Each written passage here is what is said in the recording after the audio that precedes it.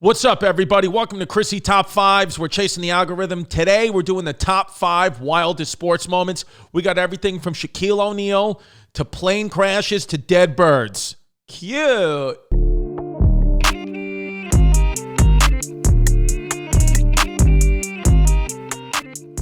All right, this is number 5. This is from Shaquille O'Neal's rookie year when he was playing for the Orlando Magic, when he comes baseline and dunks and rips down the entire hoop, backboard, camera equipment, shot clock, even gets hit in the back of the head with the shot clock, and nothing phases him because he's a big guy and he's a monster. Now you got to put all these cameras back. I mean, I would have no idea what to do. See, that's the thing with people.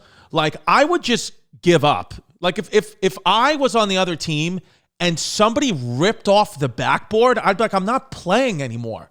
Why would I play against this man? He just ripped the backboard off and all the equipment is gone. I don't care. I would just go. I'd be like, dude, I'm in the NBA. I'm going to go get prostitutes and do blow. It's New Jersey, dude. What else am I going to do here? Imagine New Jersey in the 90s. What am I going to do?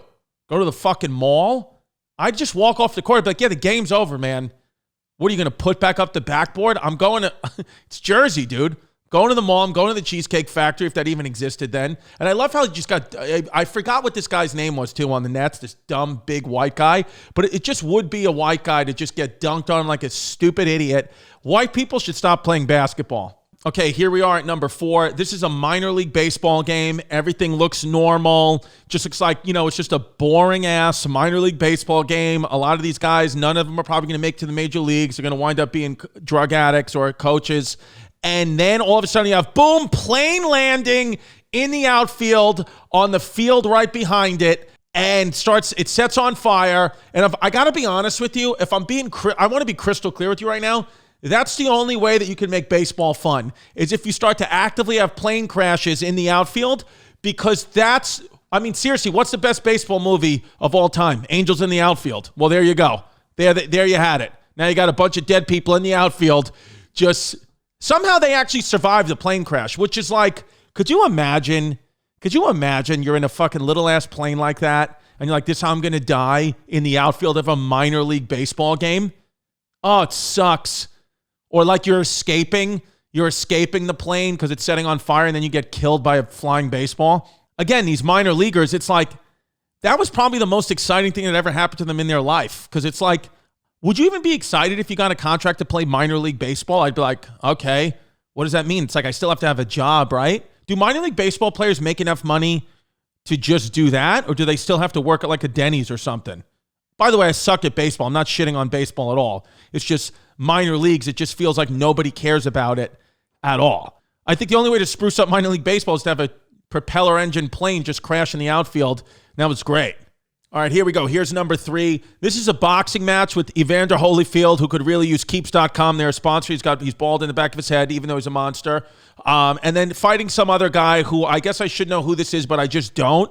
You're going to have to ask Sergio Chacon.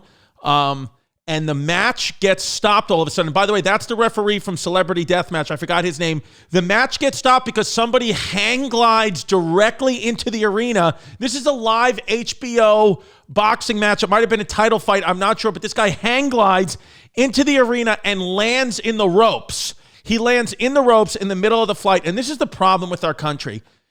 This happened in the 90s into Caesar's Palace, live on national television, into a boxing match. This guy hang glided from God knows how many miles away, and they arrested him.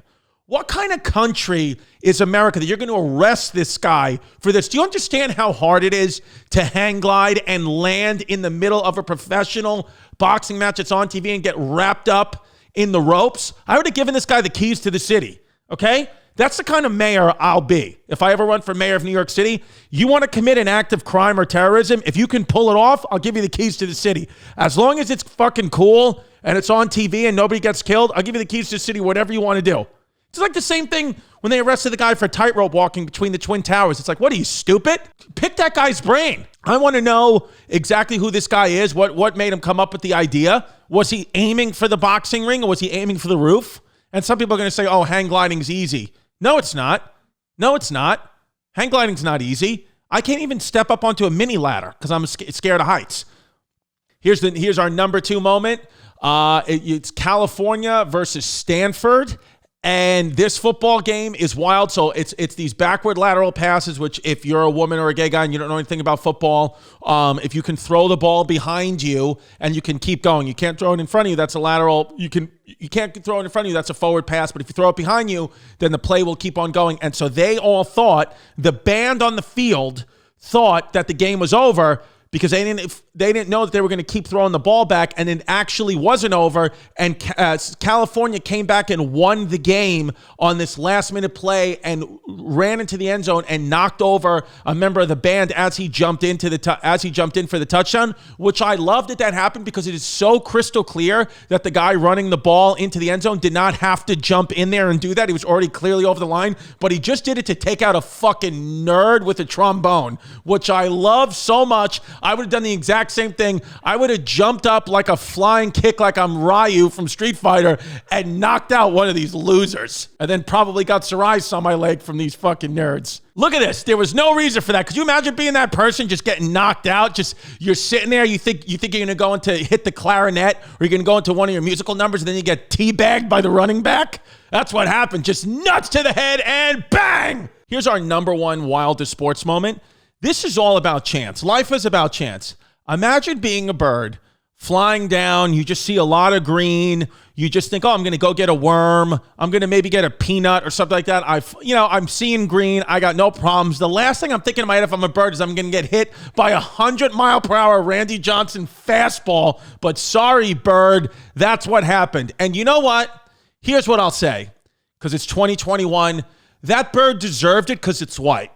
That bird did not think about its privilege, about being able to fly in and out of baseball stadiums with nobody looking at it, the police not searching its name. That white bird deserved what happened to it, and now it'll always remember that it had privilege because it's white. Okay, and if I'm being honest with you, that when that thing exploded like that, some of these players, because this was the early 90s, that looked like a lot of cocaine, and I really think that some of them got triggered that night and did a lot of blow, because they're like, wow, did you see that bird? I mean, I thought that was a bag of blow, because I don't think people knew exactly what was happening, because, like, if you play this, again, it's just like, look, the ball is coming. I mean, the absolute timing this takes to just hit that bird and destroy it. I mean, obviously dead on impact, you know. Thank God they weren't playing in Puerto Rico, the Dominican Republic. Somebody would have jumped on it and taken it home and cooked it for dinner.